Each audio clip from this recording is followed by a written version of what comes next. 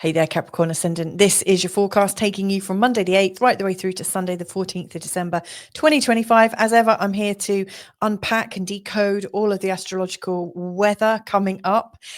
In particular, we've got Mercury coming out of the sign of Scorpio and into the sign of Sagittarius. I see that as really being quite helpful because we're moving forwards with the overall story at the moment as it's presenting itself. We've also got the last of the oppositions to Uranus. Again, that's with Mercury. And we've also got Neptune going direct. And it's been retrograde since the July the 4th. And so all three of these things, I think, are going to help us see a little bit more clearly. Now, you might be saying, hang on a sec, Louisa, Mercury going into the sign of Sagittarius. And clearly, Mercury in the sign of Sagittarius isn't necessarily known as being a place where he thinks very clearly. However, stories do emerge with Mercury in the sign of Sagittarius. And what I think is most helpful, actually, is that the story is moving. Things are less stuck. And we're coming into a time of greater possibility. So bear with me. Let me take you on this journey and let's see what comes up. So anyway, if you're new to this channel, my name's Louisa. Welcome to Feel Good Astrology. As ever, I'm going to start by just putting a shout out to the people that I love and the people that love the work that I do and who support my channel. So thank you so much. Anyway, these are the two charts that I've got for you. This is the one from Monday the 8th. And then this next chart, you'll see, I don't know if you noticed that, but the moon was here just by the sign of, in the sign of Cancer, just by Jupiter. That's where he was at that's where the moon was at the start of the week. By the end of the week, the moon has gone all the way around here to the sign of Libra. And you'll also notice there's some shifts going on here. If we just, you see Mercury's in the sign of Scorpio.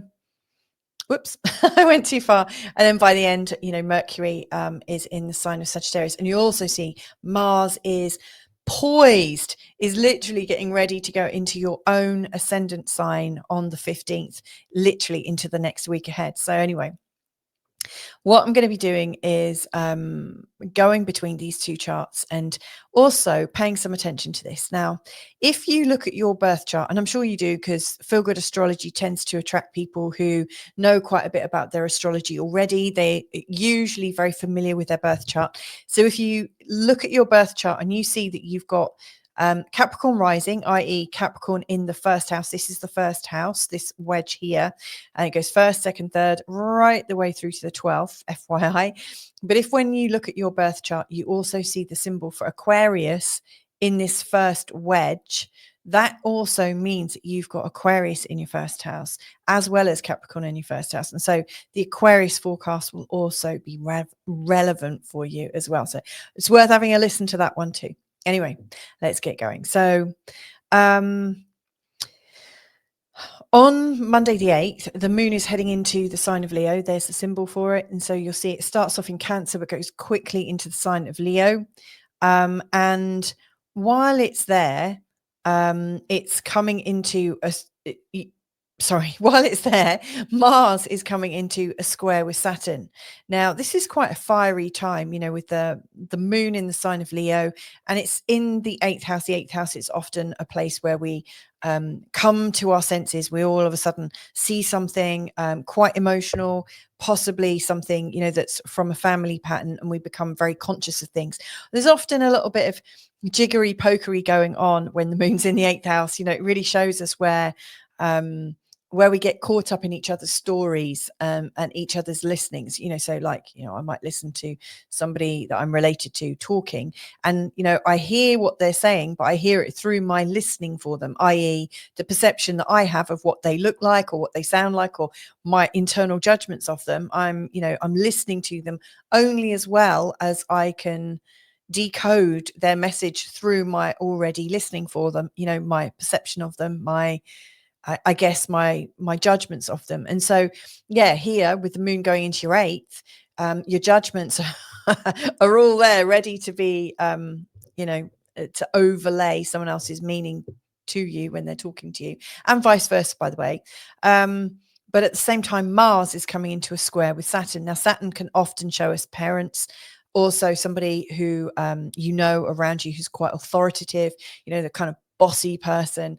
Or also, Saturn is in the 3rd house, which is all about your community. You might also find that Saturn in this part of the chart is representing somebody from your local community who's a bit of a bossy boots or a nosy Parker or something like that. A real English phrases, by the way. And, you know, Mars here from the 12th house, I think is really showing where you've got some unconscious needs to take action, you know, like you're really ready to do something about a situation where you feel maybe a little bit held back, restricted, you know, from somebody locally to you. And it feels like you must get it done. Maybe you want to clear up their bad view of you or your bad view of them. I would be a bit cautious because these squares tend to blow up quite spectacularly. And also the fact that Mars is in the 12th and the moon's in the 8th, it's rife for things like projection. I would wait and see how you feel a little bit later. And just, you know, just observe what's going on. I talk about this more in the actual December forecast, if you're interested, because you're also going to have the Sun, Venus, and also Mercury come into a square with Saturn. I mean, at the same time, Mars is also coming into a square with Neptune that makes things less clear. So it's helpful to kind of rest back a little bit, see what comes up, notice it, and make decisions once you've kind of processed it in your body. As we're coming into the 10th, that's Wednesday the 10th, the moon by this point is in your 9th house. And this is quite an exciting time, a time when we let our hair down a little bit. We're a little bit wilder than usual. We're really wanting to feel free. We certainly don't want to feel, you know, held back by other people's ideas. You know, we don't want people telling us what to do, for instance. You know, this is a time when we want to be as footloose and fancy free as possible. Not to say you can't be in a relationship, but you really don't want the drag of someone else's kind of baggage coming with you. Now on the 10th as well, Mercury comes into the exact opposition with Uranus. Now this is happening between the 5th and the 11th house. And so I don't know how this has already played out in your life. I did do a separate video for Mercury and Uranus in opposition about a month and a half ago, and did a sign by sign forecast there. So that might be useful. But you know, Uranus here is about you wanting to have the freedom to be independent in what you're associating with, what you're creating, what you're birthing. You know, your life is quite exciting and you're really wanting to be in alignment with the excitement, not with other people's judgments. There's a lot going on about judgments here. And Mercury in opposition really shows where maybe, you know, it feels like people are talking or people are all having their reactions to your wildness and your creativity and your passion. And, you know, in many respects, you probably don't give too much of a hoot about it, and fair enough. But it feels like whatever you needed to learn from this episode is coming to an end. Now, also on that day, Neptune is going direct in the 3rd house. So again, if there is something going on in your local environment, something that feels a bit unclear, when Neptune finally goes forwards from the 10th, things are going to get clearer. Now, what I like about this is we've got this lovely grand trine, you know, Mercury in a trine with Jupiter, in a trine with Saturn. It's really spectacular. And yeah, Mercury is going to be going into the last trine with Neptune on the 11th. After this trine from the traditional planets is going to start to ease out. You know, so there are some beautiful emotions that have been flowing. There's a lot of emotions flowing about family and friends and connections. And I think you've been learning a lot about that over the last couple of months. But this picture is about to change, and Mercury stepping into Sagittarius. And to me, it just feels like whatever has been social and possibly socially taxing, you're coming to a time now actually where you can start to change your stories, change your ideas about people, how much you like people, how much you want to hang out with people, how much you want to work and collaborate with people. It's a time to have a bit of a rest. And so, yeah, I like that a lot. Now, also on the 11th, let's not forget, Venus goes into an exact T-square with the South Node and the North Node. And to me, that's also pointing you in the direction of, you know, where have your ideas and belief systems about support that you get from people, and also the kind of support and love and care and attention that you need to stay sane, where have you not been doing enough of that? Where have like, where are your needs not being met? And most likely you're able to meet them by going out and having a lot of an adventure and learning spiritual things and talking with different people from different walks of life. I think that helps to lighten things and brighten things for you. And so you probably get quite uplifted by that. However, that's not the answer right now. The answer is, how can you get more support from the people around you? And so you might find that you're a little bit, I don't want to say weepy, I don't want to say that, but a little bit more cognizant of, you're not meant to be an island on your own. It's not always easy. Then the moon comes into the sign of Libra, and that's where it's going to stay. That's happening on the 12th, the 13th, and the 14th. Now, in case you are a family person like me, if you can hear doors slamming, that's because I do my studio is actually in my house, and I've got 2 kids that are actually in puberty right now, and it sounds like they're having a massive fight and slamming doors at each other upstairs. So if you do hear that, forgive me. This is a very real life situation, by the way.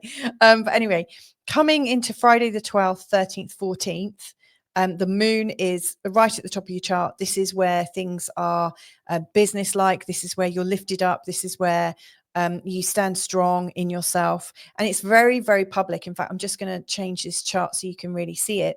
Now, the moon up here is, you don't even need to do too much to be seen. And that's the thing to watch out for, is you're visible, even if you're ready or not. Here I come. It's like, when you're getting ready to go out, but your cab arrives a little bit early and you have to like leave half made up or something and doing your makeup in the car. It's like being caught with your pants down.